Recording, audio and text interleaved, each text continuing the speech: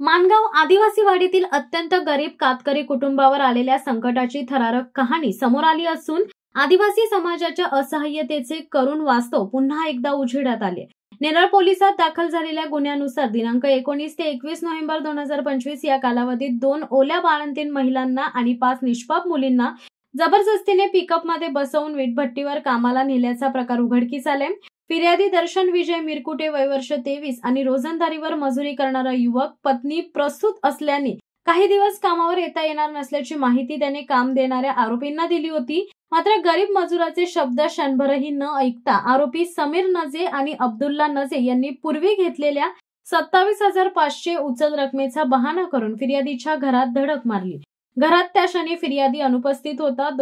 दोन बाळंतीण महिला अंगावर बाळ घेऊन तर मुली घाबरलेल्या अवस्थेत। अशा वेळी आरोपींनी कोणतीही दया न दाखवता महिलांना ओढत मुलांना रडवीत धमकावत पिकअपमध्ये बसवले आणि वीटभट्टीमध्ये घेऊन गेले। पैसे परत द्या मगच तुमच्या बायका मुलांना सोडू अशी निर्घृण धमकी त्यांनी दिली आहे। सदर गुन्हा नेरळ पोलीस ठाण्यात भारतीय न्याय संहिता 2023 चे कलम 146, 351, 235 तसेच अधिनियम 1976 चे कलम 17 अंतर्गत नोंदवण्यात आले असे फिर्यादीने तक्रारीत काल 25 नोव्हेंबर रोजी रात्री नमूद केले। फिर्यादीचे आई वडील उचल रक्कम परत करण्यासाठी गेले असता आरोपींनी त्यांनाही हिणवून महिलांना परत पाठवण्यास सक्त नकार दिलाय।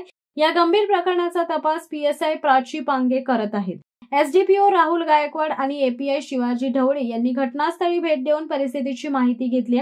दरम्यान श्रमजीवी संघटनेने या प्रकरणावर ठाम भूमिका घेत नेरळ पोलीस ठाण्यात धडक देत आरोपींवर कठोर कारवाईची मागणी केली। विवेक भाऊ आणि बाळराम भाऊ यांच्या नेतृत्वाखाली पंकज वाघ, मारुती वाघे, गोटीराम वाघे, मीनाताई पवार, वैभव पवार, गणेश डबरे, योगेश पवार, प्रकाश वाघ, रवींद्र जाधव, काळूराम पवार, मनोहर पवार, संतोष मुकणे, वसंत व नामदेव मिरकुटे यांनी सहभाग घेतला।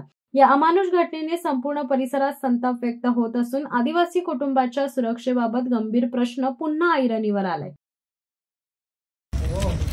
आम्ही तिथं गेलो पैसे घेऊन, तर आम्हाला असं बोलणं सेठ का मी पैसे घेणार नाही आणि तुमची माणसं पाठवणार नाही, मला डबलचे पैसे पाहिजेत 50,000। आणि त्या मुलीला बोललो का आम्हाला ते आमच्या बरोबर आमच्या मुली पाठवा, तर त्या मुलींना तिघींना रिक्षामध्ये बसवले आणि एक मुलीला दिले आणि 2 मुलींचे तिकडे त्याने मागच घेतल्या। चला बोलतो जायचं नाही असं सांगितलं त्याने। आम्हाला बोलतो तुम्ही निघून जा, माझा डोका गरम झालाय, आता तुम्ही इथं थांबू नका। रिक्षावाल्याला सांगितलं का या लोकांना घेऊन जा।